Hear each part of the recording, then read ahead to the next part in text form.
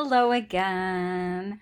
All right, so this is the opera and ballad opera section of the older stuff. You'll see at the top it says ancient music and theater. We have our various slides, etc. And then we have opera and ballad opera. So that's our sort of, post medieval, getting into the Renaissance and 18th century and integration of music and theater. This is mostly Western, but we'll be talking about Eastern influences throughout the class. So we're going to talk about the history of opera a little bit. If you've taken a class with me before where we read the Beggar's Opera, this won't feel super new, but it's always good to have a refresher. We're going to talk about masks a little bit. There's opera, semi-opera, opera seria, comic opera, all kinds of stuff. You don't have, this isn't going to be like, a specific series of IDs, just, to understand overall some of the differences between opera and musicals. So it might be possible to define some of the works we're studying later in this class as operas. If you think about a theatrical art form performed entirely to music, including both singing and recitative, sometimes pronounced recitative. Sorry, drinking my iced tea there. I hope you're drinking your own iced tea or whatever you prefer. So there's no speech ostensibly in opera. And recitative is when you have a character who sounds like they're talking, but it's sort of a singing kind of talking. Jacopo Peri is one of the big innovators in opera, the oldest known Western opera, called Daphne, and then Eurydice, the oldest surviving complete opera. Just as a side note, the story of Orpheus and Eurydice ends up being the most popular topic of early opera. And if you've ever heard of the show Hadestown, all the way that you can see on Broadway in 2022, it's still a topic for popular musical entertainment. Also, if you've seen the film, and I recommend this film, Portrait of a Lady on Fire, there is a through line with the story of Orpheus and Eurydice in the love story between the women that's at the center of that. So yeah, that one's watchable on Hulu. Again, that's Portrait of a Lady on Fire. It's a French film from a couple of years ago. Definitely recommend. So, telling classical stories simply is what we're looking at. The type of people who get to be heroes. That changes over time, and it's often nobility first and foremost. The first person to be really awesome was Monteverdi. His Orfeo, which again, Orpheus, 1607, people can still go see Monteverdi. He's really great. And I've got a YouTube video sample there. It was because nobody really knows or knew at the time, oh yes, this new genre we are innovating is called opera. I mean, opera literally means a work, just like novel, it means new. So, the terms themselves often don't mean very much. But, a certain cluster of text tends to congregate around a particular term, and that's sort of where we get genre. Favola in musica, a musical fable, was what they kind of tried to call it at the time. Score of 41 instruments, so it wasn't this sort of, early chamber music, small numbers of people performing. You require a theater to put on a 41 instrument anything. more sophisticated, and just you can see that people are kind of grabbing hold of this mode of storytelling and really doing things with it. Opera seria versus comic opera, serious themes, lofty ideals, lots of drama. If you've ever heard of light opera, that means it's, literally less serious, often romantic, happy ending at the end. You see a lot more light opera in the 19th century. There's also comic opera, which is, exactly what it sounds like, that you also see during this time. One kind of staple of opera that is worth understanding because you can contrast it to what musicals songs do, kind of like we were talking about with ancient Greece, is the da capo aria. So if you've ever done music stuff or taken music classes and you look at the sheet music, it'll say DC al fine, which means da capo al fine, so beginning to end, basically. But basically what happens is there's a little sign, and you'll look at a little place in the opera somewhere and it'll say fine. So you go through the whole song and then you start again, da capo, at the beginning, and you go through to the part where it says fine. So it's almost like a 1.5 type of song. So you've got the beginning theme, then you've got a complementary theme, and then the sort of beginning again with variations often. So that's sort of why it's, beginning to end. So beginning through the end, and then it kind of complicates the beginning again. Arias start to get longer. This is a singer's medium.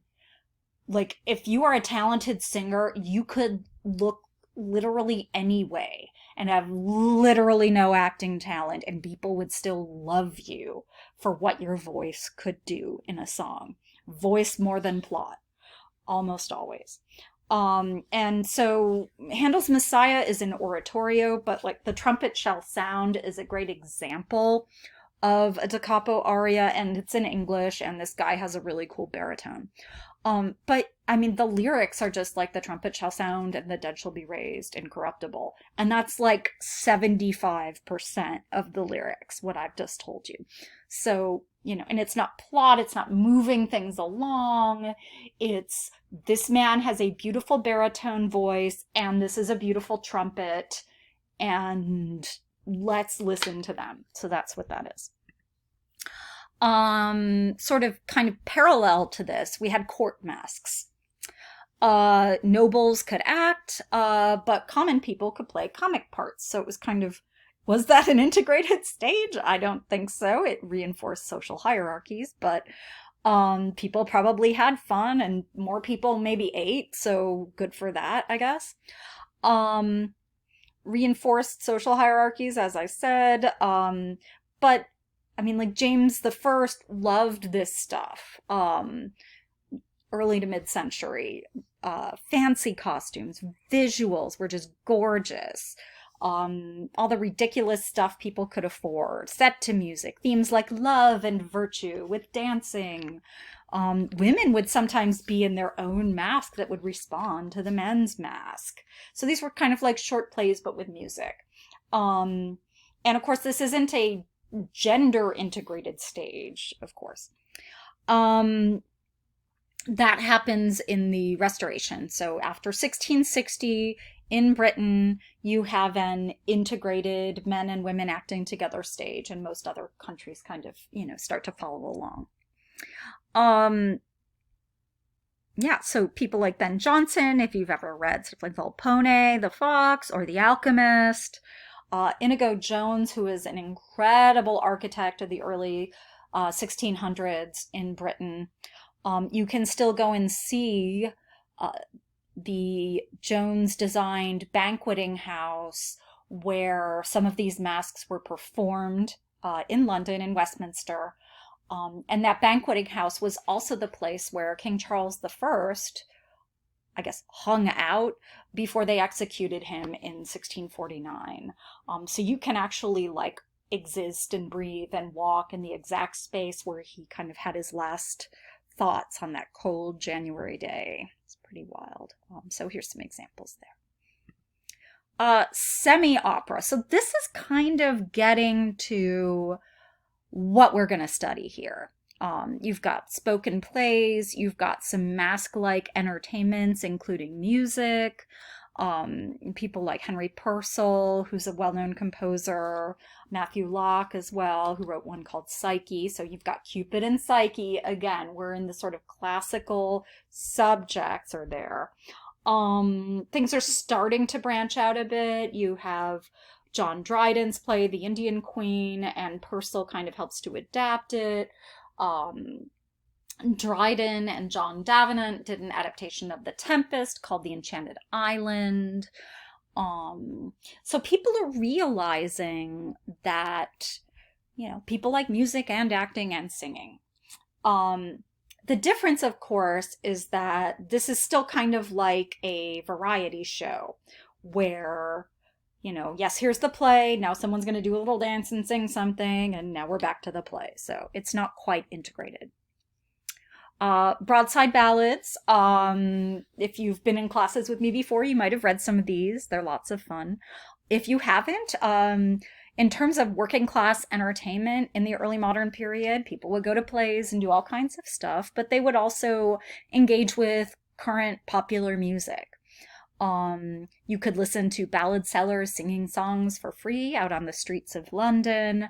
You could buy a sheet of a ballad for a penny. And you would be told the tune, kind of like we are today, something like Yankee Doodle would be the tune, and then you get the words that you would sing along. You wouldn't get like sheet music. You wouldn't have to read music. You would just have to know a tune. It's kind of like today's entertainment. There'd be stuff from the news and crime and romance. There'd be religious ones, just like today, religious music, comedy. There's cheaters. This one I put on there, it's called The Crafty Lass of the West, go West Georgia. She's not very crafty though. She negotiates her virginity for a discount on a fancy hat. So, feel free to enjoy that one when you get a chance. So all this is leading to The Beggar's Opera. This is arguably the first play we would recognize as a musical, where people are speaking to each other, they pause, they sing a little bit in a way that's kind of related to the plot, and then they go back to speaking. Alternating scenes of acting with related parts of broadside ballads. And the intent is to kind of turn things upside down. To center thieves and crooks and sex workers of the seedier parts of London, and show how the middle and upper classes and the lower classes have more in common than we'd think. The main character is this sort of rakish, desirable criminal man named Macheath. He has two beautiful women in love with him. He's on the run from the law. He plays them both against each other. He should die at the end, but they let him marry the nicer girl. Aw. And there's lots of romantic ballads and singing. People loved this. Here's some examples to take a look at on your own time. It is one of the earliest plays performed in the American colonies. Here is a playbill from it in what we would now call colonial Williamsburg, but then was just Williamsburg, 1768. You will also notice that this is... You can see that there are multiple plays. This was very common at the time. You would go see your main play and then what was called an afterpiece. Here is a painting from the time of The Beggar's Opera. Here is the woman who was the original Polly, the nice girl in The Beggar's Opera. She had been trafficked and became a hugely famous actress and eventually became a duchess. So again, how does music relate to plot? What does the audience want? The use of spectacle, sexuality, an emerging middle class becomes more popular. Sentimentality is big. And finally, An evening's entertainment is not just one thing. Thank you.